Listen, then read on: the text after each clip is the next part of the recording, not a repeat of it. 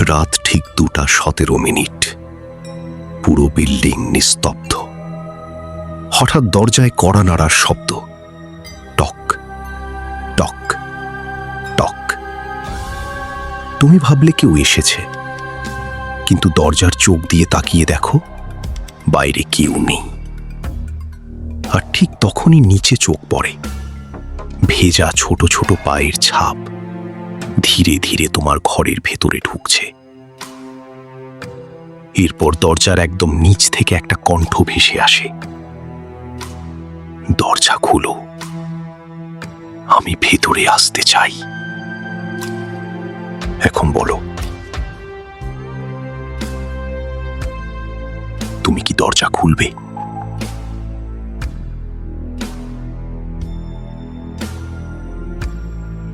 সম্পূর্ণ গল্পটি না টেনে মনোযোগ দিয়ে শোনার অনুরোধ রইল এবং আমাদের চ্যানেলটি সাবস্ক্রাইব করে বেল আইকন বাজিয়ে দিন। শুরু করছি KFM বাংলা অডিও স্টোরিজের আজকের গল্প, অন্ধকারের মানুষ। রাত তখন ঠিক 2:17। চারপাশে এমন নীরবতা যেন পুরো পৃথিবীটা থেমে গেছে। শুধু দূরে কোথাও কুকুরের হালকা ডাকার শব্দ, আর মাঝে মাঝে বাতাসি জানালার কাঁচি টোকা দেওয়ার মতো অদ্ভুত আওয়াজ। রাফি তখনও জেগে। নতুন ফ্ল্যাটে উঠেছে মাত্র 3 দিন হলো, ঢাকার পুরনো এক এলাকায়, ভাঙাচোরা একটা 5তলা বিল্ডিং। ভাড়া কম, এই একটাই কারণ, না হলে কেউ এমন জায়গায় থাকতে চাইবে না। প্রথম দিন থেকেই একটা অদ্ভুত অনুভূতি হচ্ছিল তার। মনে হচ্ছিল কেউ যেন তাকিয়ে আছে সব সময়, কিন্তু সে এসব পাত্তা দেয়নি। মনের ভুল, নিজেকেই বলেছিল সে। সেদিন রাতেও ঠিক একইভাবে সে ল্যাপটপে কাজ করছিল। হঠাৎ করে ওয়াইফাই চলে গেল, স্ক্রিন ব্ল্যাক হয়ে গেল, ঘরটা অন্ধকারে ডুবে গেল। আরে ধুর, বিরক্ত হয়ে উঠে দাঁড়ালো সে। ঠিক তখনই টক টক টক। দরজায় কেউ কড়া নাড়ল। রাফি থমকে গেল। এই সময়? রাত 2টোয়? সে ধীরে ধীরে দরজার দিকে এগোলো।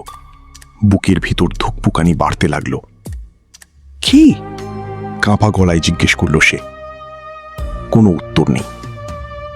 আবার টক টক টক। এইবার একটু জোরে। রাফি দরজার চোখ দিয়ে বাইরে তাকালো। কেউ নেই। পুরো করিডোর ফাঁকা। লাইটটা টিম টিম করছে। হ্যালুসিনেশন, নিজেকে বোঝালো সে। কিন্তু সে ফিরে আসতেই টক টক টক। এইবার দরজার একদম নিচের দিকে। রাফির শরীর ঠান্ডা হয়ে গেল। এটা কোনো মানুষের উচ্চতায় নয়। ধীরে ধীরে সে দরজা খুলল। কেউ নেই। কিন্তু নিচে তাকাতেই মেঝেতে ভেজা পায়ের ছাপ, ছোট ছোট, যেন কোনো বাচ্চার। আর সেই ছাপগুলো তার ঘরের ভিতরে ঢুকছে। রাফির গলা শুকিয়ে গেল। কি কি আছে? সে ফিসফিস করে বলল। কোনো উত্তর নেই।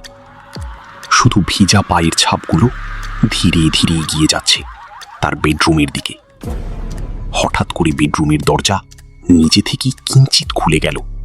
কেঁচ। রাফি আর নিজেকে সামলাতে পারল না। সে দৌড়ে গিয়ে দরজা বন্ধ করে দিল। সারা রাত সে লাইট জ্বালিয়ে বসে রইল। পরদিন সকালে সে বিল্ডিংয়ের দারোয়ানকে জিজ্ঞেস করল, ভাই, এখানে কি আগে কোনো ঘটনা হয়েছিল? দারোয়ান একটু চুপ করে থাকল। তারপর ধীরে বলল, আপনি কয় নম্বর ফ্ল্যাটে থাকেন? 3য় তলার ডান পাশেরটা। দারোয়ানের মুখ ফ্যাকাশে হয়ে গেল। ওই ফ্ল্যাটে আগে একটা পরিবার থাকতো, মা আর তার ছোট মেয়ে। তারপর এক রাতে মেয়েটা হঠাৎ নিখোঁজ হয়ে যায়। দরজা ভিতর থেকে লক ছিল, কিন্তু মেয়েটা নেই। রাফির বুক কেঁপে উঠল। আর তার মা? মা পাগল হয়ে গিয়েছিল। সারা রাত দরজায় কড়া নাড়ত, বলতো, আমার মেয়েটা দরজার বাইরে দাঁড়িয়ে আছে, দরজা খুল। তারপর কিছুদিন পর মায়ের লাশ পাওয়া যায়, ঠিক ওই ফ্ল্যাটেই। মুখটা ছিল দরজার দিকে ঘোরানো, আর হাতটা বাড়ানো, যেন কাউকে ধরতে চাচ্ছে। রাফির শরীর কাঁপতে লাগলো। তারপর থেকে মাঝে মাঝে রাতে দরজায় কড়া নাড়ার শব্দ শোনা যায়।